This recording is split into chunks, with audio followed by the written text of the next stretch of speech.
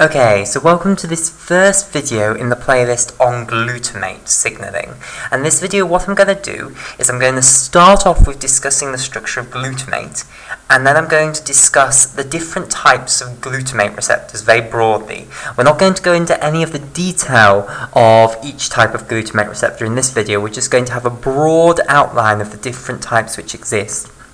Okay, so let's start with the structure of glutamate. So glutamate, or glutamic acid, so glutamic acid slash glutamate, is basically a neurotransmitter which is the main excitatory neurotransmitter used in the brain. Okay, so this is the neurotransmitter that neurons release from their axon terminals in order to excite the next neuron along in the brain. This is usually the neurotransmitter that is released, basically. So at synapses, if this neuron wants to excite the next neuron, then it's going to generally release glutamate if it's in the brain. So glutamate is a very, very important neurotransmitter. Okay, so what's its structure? Well, glutamate is actually an amino acid. So let's draw the generic amino acid structure. So we start off with this alpha carbon, and off the alpha carbon you have an amino group, and then also off the alpha carbon you have a carboxyl group, which is what makes it an amino acid. Then you have a hydrogen, and then the variable group is in this position. So this is usually where you might write an R, or for the R group, and it can take on many different structures, basically. And there are about, I think, 20 used in proteins in humans. Okay, and in most life. So the R group that you have in glutamate, and it is one of these amino acids that's used to make proteins, is you basically have propanoic acid. So you have 3 carbon atoms with a carboxylic acid group on this final carbon, and then hydrogens are saturating these 2 carbons. So that's the structure of glutamic acid. Okay? Now, if you want to turn glutamic acid into glutamate, so this is often, it's something that people get confused about. What's the difference between glutamic acid and glutamate? Strictly, the strict chemical difference is that glutamic acid means this molecule here. Glutamate means this molecule with one little exchange. It means this molecule having lost this hydrogen here. So, in fact, sorry, not the hydrogen, the proton. So remember, hydrogen atoms usually consist of a single electron orbiting around a proton, like so. So that's the general model for atoms. It's if you're doing quantum mechanics or something, this model is a little bit simplistic, but as far as we're concerned, that is a good enough model for what hydrogen is. Now, when it binds to the oxygen to make that hydroxyl group, this outer shell electron is paired with an outer shell electron from oxygen. Now, in glutamate, what happens is that this electron in that the hydrogen had, which it's given to this single bond here, that basically stays with the oxygen, but the proton goes off. So this proton from here, which I'll highlight, this proton here goes off without its electron. It leaves its electron with oxygen. So oxygen gets a negative charge, and the hydrogen nucleus, which is usually just a single proton, goes off. Okay, so the molecule that's left after that, this glutamic acid molecule with a negative charge on this oxygen atom here, that is glutamate. So that's the difference between glutamic acid and glutamate. And really, what are acids? Acids are molecules which give up protons in this way. So basically, glutamic acid is the acid molecule before it's given up its proton, and then glutamate is the acid molecule after it's given up its proton. So some people might call glutamate the conjugate base of glutamic acid, and the reason they call it that is that glutamate will actually act as a base, the opposite of an acid, i.e. it wants to gain a proton because this oxygen has a negative charge, so it will attract protons. So that's why it's called the conjugate base, because it's the base that you form by giving up a proton, basically, from the acid molecule. Okay, so that's glutamate versus glutamic acid. And when neurons release release glutamic acid or glutamate as a neurotransmitter. They'll be releasing a mixture of molecules that are protonated, i.e. they're in the glutamic acid phase, and molecules that have lost their proton and are in the glutamate stage. Okay, as far as physiology is concerned, it doesn't really make that much difference to how it acts as a neurotransmitter. Okay, so usually we'll just refer to this molecule as glutamate, basically. Now, what glutamate does is once it's been released from the presynaptic axon terminal here, it diffuses across the synaptic cleft and is going to bind to receptors on the postsynaptic membrane, basically. So the next cell is going to have receptors for glutamate receptors, and this is what we want to discuss now, because there are absolutely loads of different types of glutamate receptors. As you would expect, if this is the most important neurotransmitter in the brain, you would expect there to be lots of different glutamate receptors. Okay, so now what we're going to discuss is glutamate receptors. So these are proteins in the postsynaptic membrane to which glutamate can bind and trigger some sort of change in the postsynaptic cell, basically. So there are two broad categories of glutamate receptors. One is the ionotropic glutamate receptors. Now, these are receptors, basically, which, when glutamate binds to them, are going to open, they're going to change conformation, and they will open a pore in the membrane, which is basically permeable, usually to monovalent cations. Now, what do I mean by a monovalent cation? So, a monovalent cation, I'll write this here, monovalent cation. A monovalent cation is an ion, so it's a charged particle which has a single charge on. That's what the monovalent means. And the cation bit shows you that it's a positive charge. So monovalent cation means that it's charged and it's got a positive charge. Monovalent means that it's got a single positive charge. When we're by a single positive charge, I mean the charge on a positron, if you like, or the negative of the charge on an electron. So we're always talking about charge relative to the charge on an electron or the charge on a proton. Okay, so rather than charge in the units of coulombs or something like that. So what these ionotropic receptors are basically going to be is, if I draw one in the cell membrane like this, basically when there's no glutamate bound, they'll be in a closed state, and then when glutamate comes along, so I'll denote some glutamate by a little orange box, so I'll colour that molecule in orange here. So there's our glutamate. When the glutamate comes along, it will bind to the glutamate ionotropic receptor, and it will cause a change in the conformation of the ionotropic receptor to open a pore that will then allow monovalent cations to move. Now, basically, these ionotropic glutamate receptors aren't generally fussy about whether they allow sodium or potassium potassium to move through them. So sodium is a monovalent cation. It's a positively charged particle with a single positive charge, and so is potassium. Okay, so both of these can move through this channel. That's what it means to be permeable to monovalent cations. Now, sodium is very, very high on the outside of the cell, and potassium is very high inside the cell. So sodium moves in through this channel, and potassium moves out.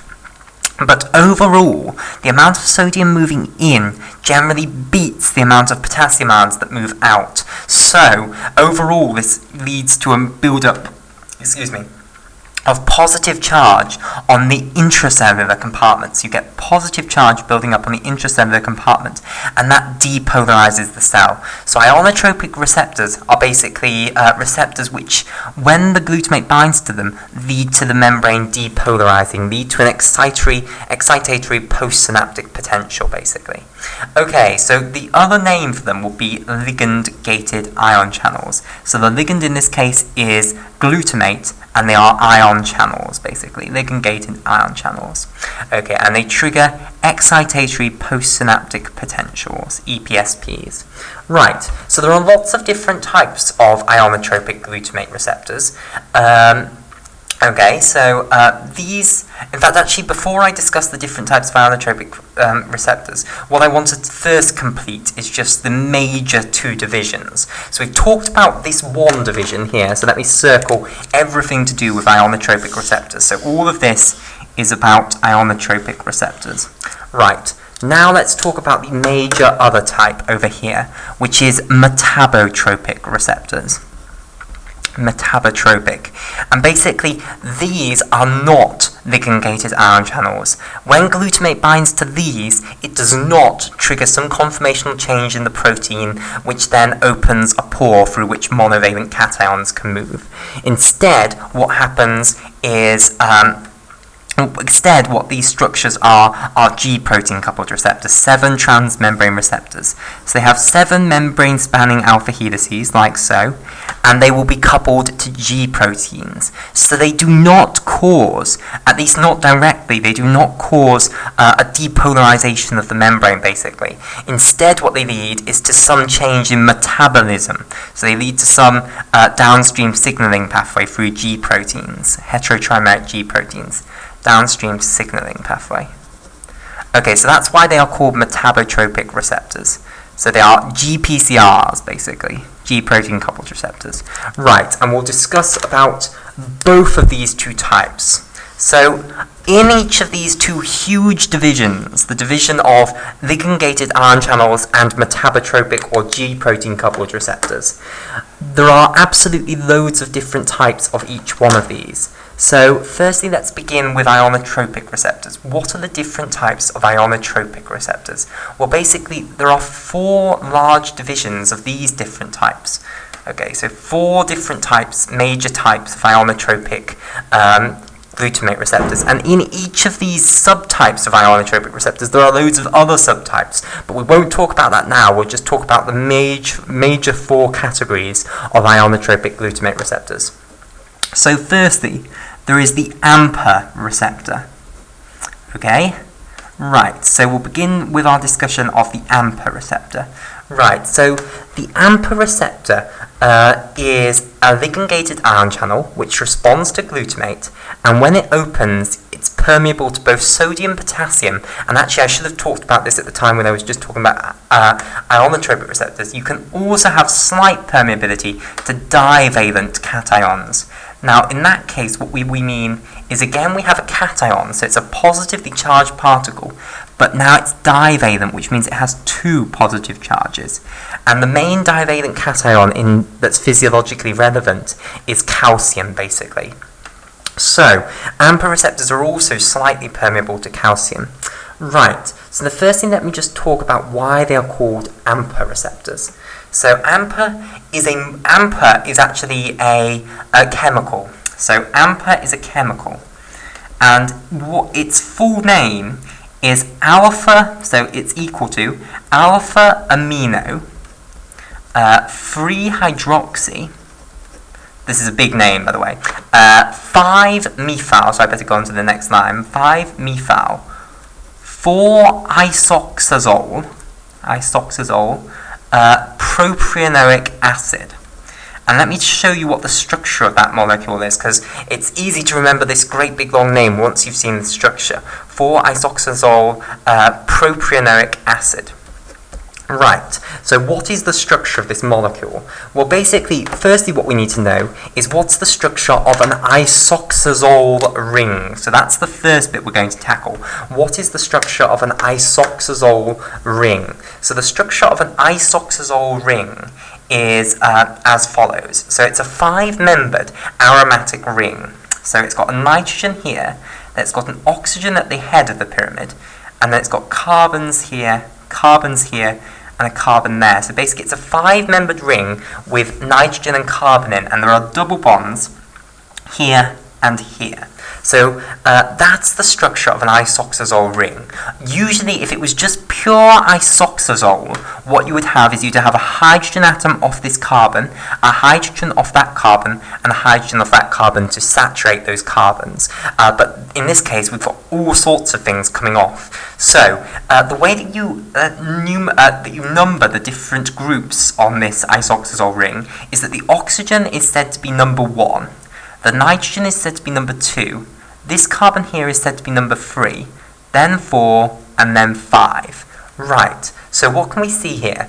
We have 3 hydroxyl, so that tells us that we need a hydroxyl group off here.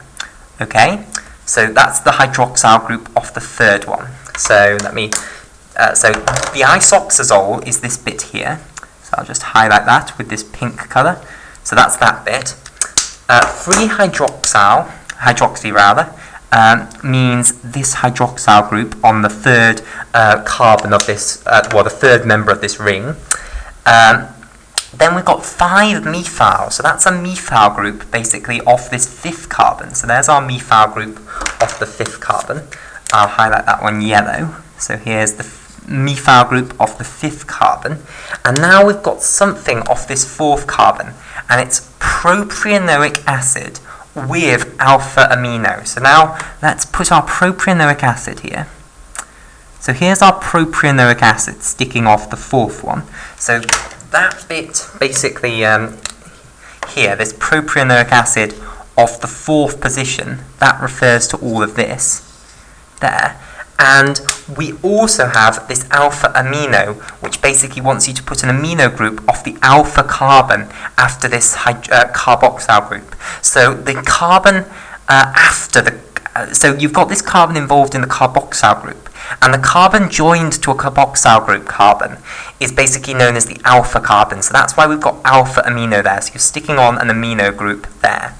Okay, so that is everything now. All we need to do is just put hydrogens where there are bonds free. So where are the bonds free? Well, there's 3 bonds that I can see free. 1 here, 1 there, and the final one there. And then what we have there is the structure of AMPA. So this is the structure of AMPA, and basically what this molecule is, it's an agonist for these AMPA receptors. So these basically are ligand-gated ion channels. They're ionotropic glutamate receptors. And what that means is that when glutamate binds to them, so if this is our glutamate molecule here, when glutamate binds to that AMPA receptor, and usually when you're trying to denote an AMPA receptor, what you would write is AMPA, but AMPA just means this chemical, so what you'd stick on the end is an R to denote that you mean the AMPA receptor. So AMPA means the AMPA receptor rather than the chemical AMPA, which is here. And basically when that glutamate binds, what happens is that this channel opens and it's now permeable to monovalent cations. It's largely permeable to monovalent cations, and it's slightly permeable to divalent cations. But it prefers conducting sodium and potassium than it does to conducting calcium, which is a divalent cation. But it will allow a bit of calcium to come in, and of course calcium's higher on the extracellular side. So if it's going to move through this channel, it's going to have a main movement into the cell rather than out of the cell. Again, I've forgotten the glutamate molecule, which is the crucial bit. But basically, what AMPA will do is it will also bind to the glutamate receptor, and it too will activate the AMPA receptor to open and allow the movement of monovalent and divalent cations through that receptor. Right, okay, so that's the AMPA receptor discussed, and there are many different types of AMPA receptors which we'll discuss in a later video. But that's a main category of ionotropic glutamate receptors. And if you had an ionotropic glutamate receptor and you wanted to know, is this an AMPA receptor, the way you would test it is you take this AMPA molecule and see whether that AMPA molecule successfully causes the channel to open, basically. Okay, so next type of glutamate receptor. So the next type of glutamate receptor, which is an ionotropic glutamate receptor, is called the kainate receptor, or the kainic acid receptor. And when the difference between kainic acid and kainate is the same difference that there is between glutamic acid and glutamate. One is the conjugate base of the other. So kainate is the conjugate base of kainic acid. So kainic acid has the proton, kainate has given up the proton. So kainate receptors are very, very similar to AMPA receptors. So if you have a membrane here, a cell membrane here, and here is a kainate receptor, then again, when glutamate binds to this kainate receptor, it's going to open and it's permeable to sodium and potassium, and only slightly permeable to calcium. So it's very, very, very similar to the AMPA receptors. Its permeability to the different ions is really exactly the same. Okay, now the reason it's called the kainate receptor is that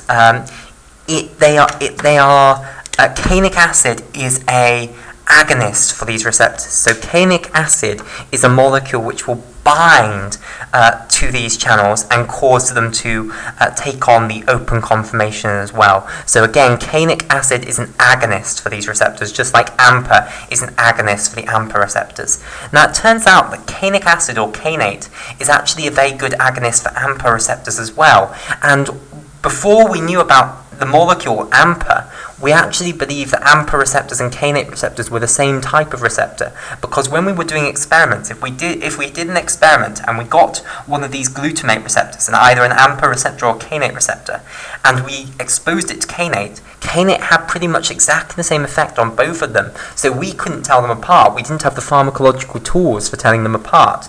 Later, we discovered this molecule AMPA, which only activated a subclass of these receptors that had previously been activated, all activated the same, by kainate. So and there were some that weren't activated by AMPA. So that meant that we named the ones that were activated by AMPA and kainate, we named them AMPA receptors, and we named the ones that were only activated by kainate but not AMPA, we named them the kainate receptors. Okay, but they have very, very similar properties to the AMPA receptors, except that they are not activated by AMPA. Okay, right. So, next major class is the NMDA ionotropic glutamate receptors. So, NMDA receptors. Right. So what is the structure of the NMDA receptor? Well, actually, we're not going to look at the structure yet. We'll look at the structure in a later video. But NMDA receptors are again an ionotropic glutamate receptor. Just like this diagram here, glutamate will bind and it will cause it to open. The difference for NMDA receptors is that they have a much higher permeability to calcium than the AMPA and the kainate receptors. So they have a high permeability for calcium ions, so for these divalent cations.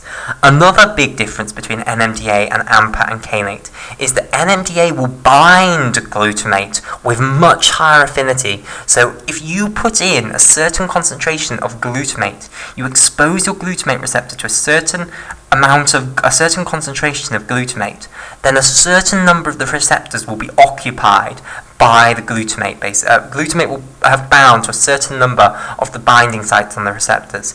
That number will be much higher, that fraction will be much higher for NMDA receptors than for AMPA and kainate at the same concentration of glutamate. So this basically, glutamate much prefers binding to the binding site of NMDA receptors than it does to the kainate and AMPA receptors. So high affinity for glutamate. That's another important difference. Now, I just want to explain why they are called NMDA receptors. So NMDA stands for N-methyl. Have I got? Yes, I will do it on this side. So NMDA stands for N-methyl D-aspartate. So this stands for N-methyl D-aspartate. And again, the reason they are called that is because N-methyl D-aspartate is a very powerful agonist of the NMDA receptors, i.e. N-methyl D-aspartate will bind to the receptor and trigger it to open just as glutamate would. Okay, so let's have a look at the structure of N-methyl D-aspartate. So, aspartic acid is an amino acid. So, let's start off with the structure, the basic structure of an amino acid. Here's the carboxyl group down here. Here's the alpha carbon with a hydrogen. We'll put the R group in a moment, but instantly we can see we've got N-methyl. So, off this amino group, we have also got a new entity, which is a methyl group. So you've attached a methyl group onto this N group of this molecule. So this methyl here is because of this N-methyl here.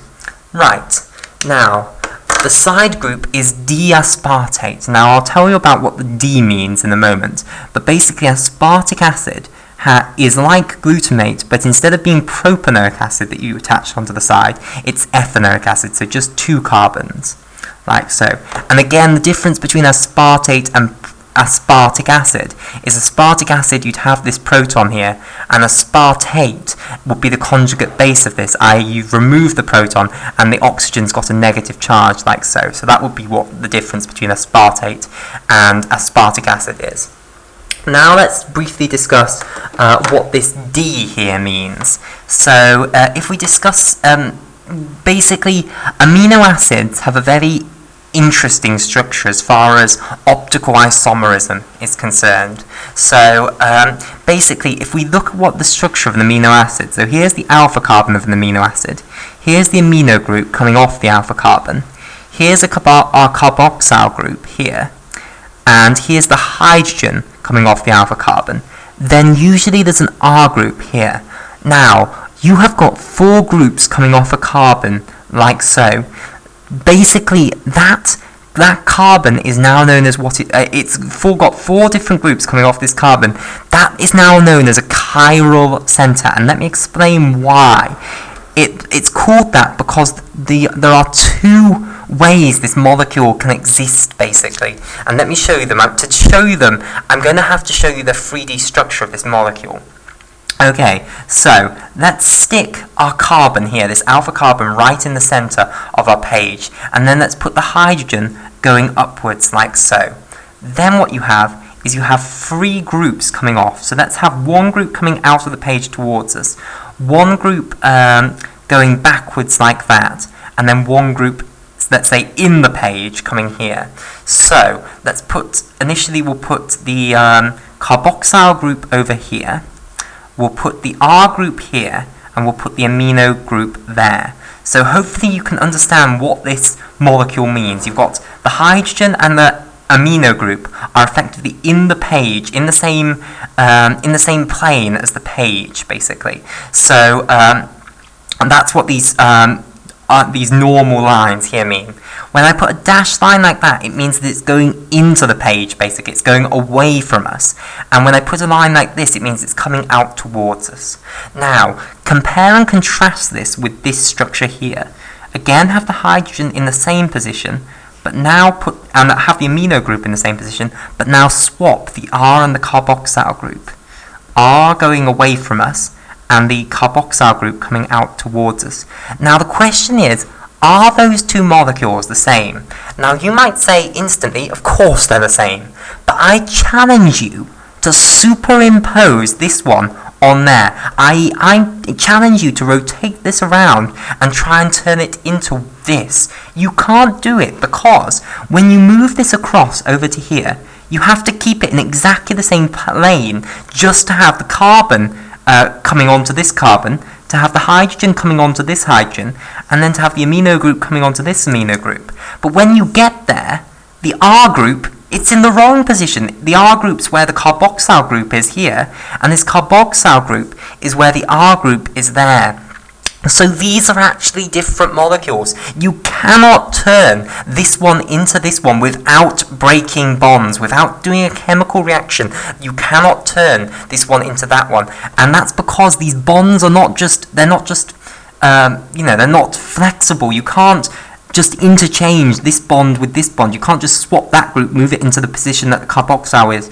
That's a chemical reaction. You can't do that without breaking these 2 bonds and then swapping the groups, basically. So imagine that these are rigid, set things, and there's no way, basically, that you can turn that one into that one without breaking bonds. So not by just changing the way you look at this molecule can you change that one, because when you move this one onto here to try and superimpose it, the carbon has to remain in the same position, the hydrogen and the amino group have to stay in the same position, so you have no flexibility then. You can't interchange these 2, not without doing a chemical reaction. And then when you bring it over here, the R is matched with this carboxyl, and the carboxyl is matched with the R, so they're not the same molecule. They are known as different optical isomers of one another.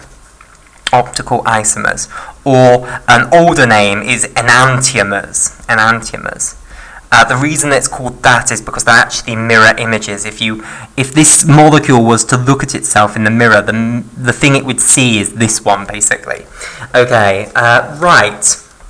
So, these two enantiomers have names, basically. One of them is called the D version, and one of them is called the L version.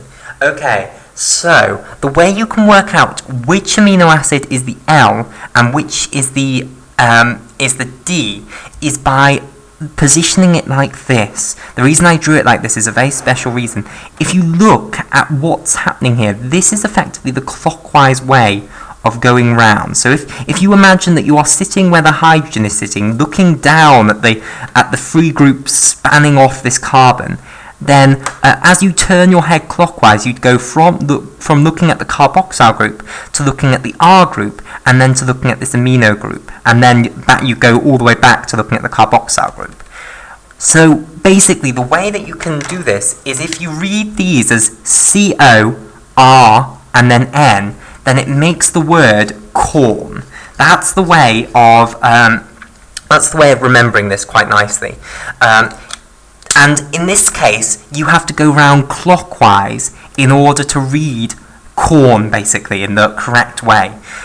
When you have to go round clockwise to read this word corn, then it is said to be larvorotatory. And it's to do with the way in which it interacts with light that it's called this, larvorotatory. Or that is known as the L amino acid. Okay?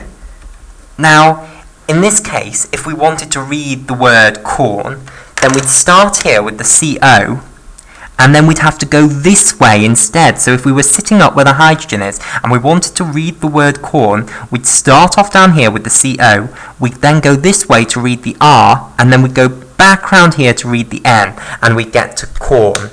But this time you had to turn your head anti-clockwise, and that one is known as the dextrorotatory amino acid, or the D amino acid. So basically, when we say D-aspartate, it refers to the fact that the amino acid, the enantiomer that of aspartic acid that you're talking about here needs to be this one here, basically. So the aspartate group, this bit here, needs to be in this position, and it needs to be that one rather than this one. So this actually illustrates the importance of knowing about optical isomers, because N-methyl D-aspartate is the specific agonist of NMDA receptors, not N-methyl aspartate. If someone just talks about aspartate, then it means generally that it doesn't matter whether it's L-aspartate or D-aspartate. They both do the same thing. But in this case, D-aspartate, not just aspartate, so it suggests that it's only when it's in the D-aspartate form that this property of being an agonist for the glutamate receptor is seen, basically, i.e. that the enantiomerism does matter as far as the interacting with this NMDA glutamate receptor is concerned. Okay, so there's one final type of ionotropic glutamate receptors, and these are very new, and very little is known about them, and they are the glu-delta receptors. And again, basically, all I can say about them is that glutamate binds to them. They open. Well, actually, I can't even say that.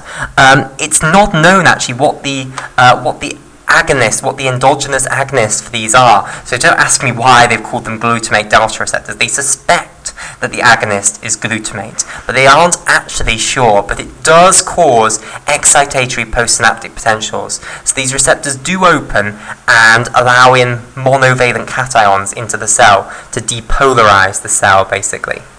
Okay, so now let me just briefly talk about the different types of metabotropic receptors. Okay, so metabotropic receptors can be divided into three main classes. So class 1, class 2, and class 3. So metabotropic glutamate receptors can be divided into three classes. So class 1, class 2, and class 3. And basically, there are 8 different types of metabotropic glutamate receptors, 8 genes that code for metabotropic glutamate receptors, and they are subdivided into these 3 classes. Class 1 consists of the mGlu-R1 and the mGlu-R5 gene. So both of these genes encode proteins which make metabotropic glutamate receptors, and they're slightly different, but they have properties similar to one another enough that they are categorized into this class 1 metabotropic glutamate receptors. In class 2, there is the gene mGlu-R2 and the gene mGlu-R3. Okay, so again, two genes which encode different polypeptides, but these polypeptides are similar enough in properties that they've been categorized together. Finally, you have mGlu-R4 and the rest of them basically in this class 3. So then mGlu-R6, mGlu-R7, and mGlu-R8. And these four again have similar enough properties that they have all been classified together. Okay, so what is found is that these ones are all generally coupled to GQ G proteins, and these 6 here are all either coupled to GI or GO, which basically do exactly the same thing. So remember, G proteins, the type of G protein is determined by which alpha subunit you're using in that heterotrimeric G protein. So if you're a GQ, it means you're using the alpha Q subunit. If you're GI, it means you're using the alpha I subunit. If you're GO, it means you're using the alpha O subunit. Okay, right, one final little thing that I want to mention is that there is a very, very important drug which interacts with glutamate receptors, which is quizqualic acid, which is an agonist for special types of glutamate receptors. It's an agonist for AMPA receptors, so quizqualic acid this is, quizqualic acid. Basically, it binds to AMPA receptors and will cause them to adopt the open conformation, but it will also interact with metabotropic receptors of the first class. So quizqualic acid will also activate these types of metabotropic glutamate receptors. Okay, so that's all for this video.